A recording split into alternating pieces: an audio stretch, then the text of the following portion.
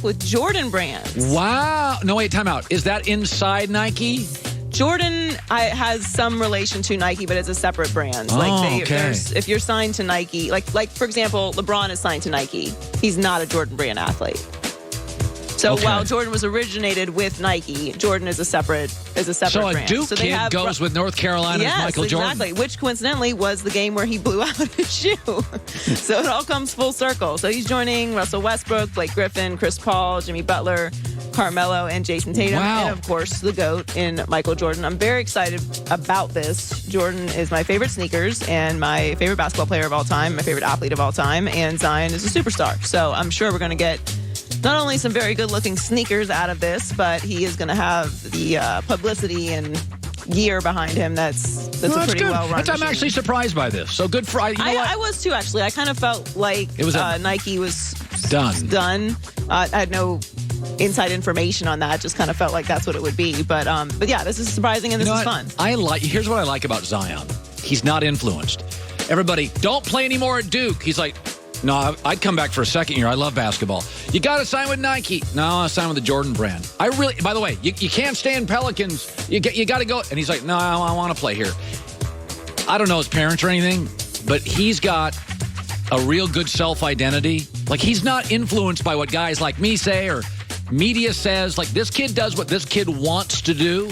And I really like it. Yeah, and it seems like he has a good group around him, too. Yes, I really like it. This is very exciting. So, The Athletic posted a behind-the-scenes look of Kawhi's free agency process this morning. Very interesting, including some details before the Clippers traded for Paul George. According to The Athletic, they analyzed and studied every roster and star player in the league, attempting to find out who would be the best fit alongside Leonard, both on the hardwood and a personality standpoint. The Clippers inquired about Washington's Bradley Beal. My guy. That is your guy. And Houston's James Harden, according to league sources, but neither star was available. The Wizards have made it pretty clear they're not interested in trading Bradley Beal. And the rumors about the Rockets were that pretty much everyone is available for trade except for James Harden. So this was kind of a stretch to begin with. But when you look at how this all played out, I think they got the best guy for Kawhi Leonard. Bradley Beal is obviously awesome and would have been great, but I just think Paul George...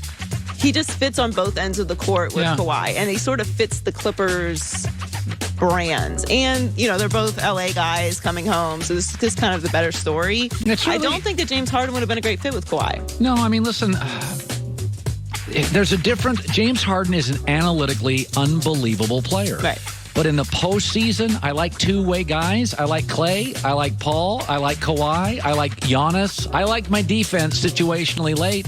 I think they work. I've said before, they shouldn't be an overwhelming favorite, but the Clippers should be the favorite to win the championship. That's what it feels like to me. Yes, and it also had in there that Kawhi didn't play such a huge role in recruiting Paul George after all. It was more of the Clippers just being aggressive and saying we have to go all in and we'll get Paul George and show Kawhi that we're serious. Clippers look smarter and smarter.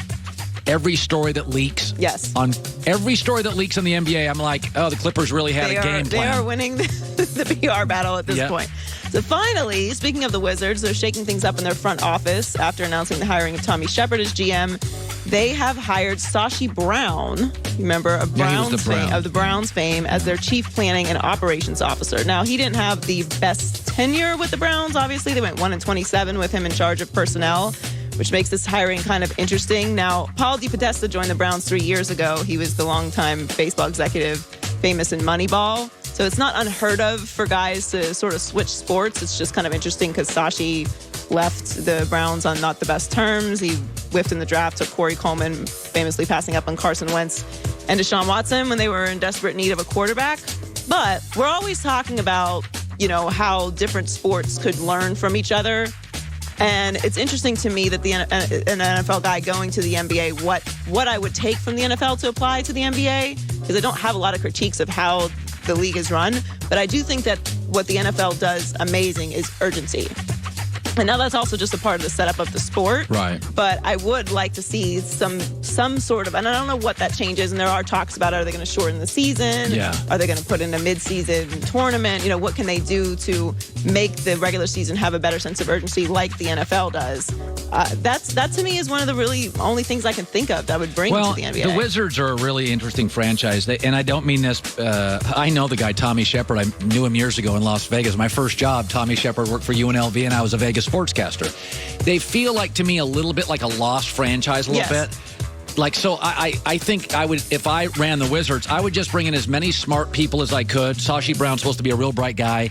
I don't know a ton about him. He's the Rob Pelinka of football. People can badmouth him, but I just don't know enough about him. And I don't like to judge how people exit situations like that. When it's that dysfunctional, it can't be one person's fault. I'm not blaming Sashi. But I will say, this is one of the things with Bradley Beal. Bradley Beal the organization has not lived up to Bradley Beal's standards. Right. I would think long and hard about re-signing. That's not a shot at anybody in Washington. But Bradley Beal is excellent. And this organization has not been excellently run. So I think this Bradley Beal thing is fascinating because Bradley can make more money in Washington, and they're going to offer him the max. Oh, yeah, they are going to offer him. But now, they've said they're not interested in trading him, even if he does turn that deal down. But, that's easy to say right now. And I also think you can get a lot. If Sashi Brown's an analytic guy, right, and you trade him, Sashi goes, you can get 9, we saw what the Pelicans got for Lonzo and Brandon Ingram. Yeah, I mean, no or for Anthony Davis, is not movable anymore. We've learned that except for maybe Chris Paul. I feel like Bradley Beal's been let down by his organization. Yeah. Yeah, that's fair to say. So it'll be interesting to see what they do if he ends up turning that offer down. Good stuff, Joy, with the news. Well, that's the news. And thanks for stopping by. The Herd Live. He's one of the single smartest people. I rely on his book. I rely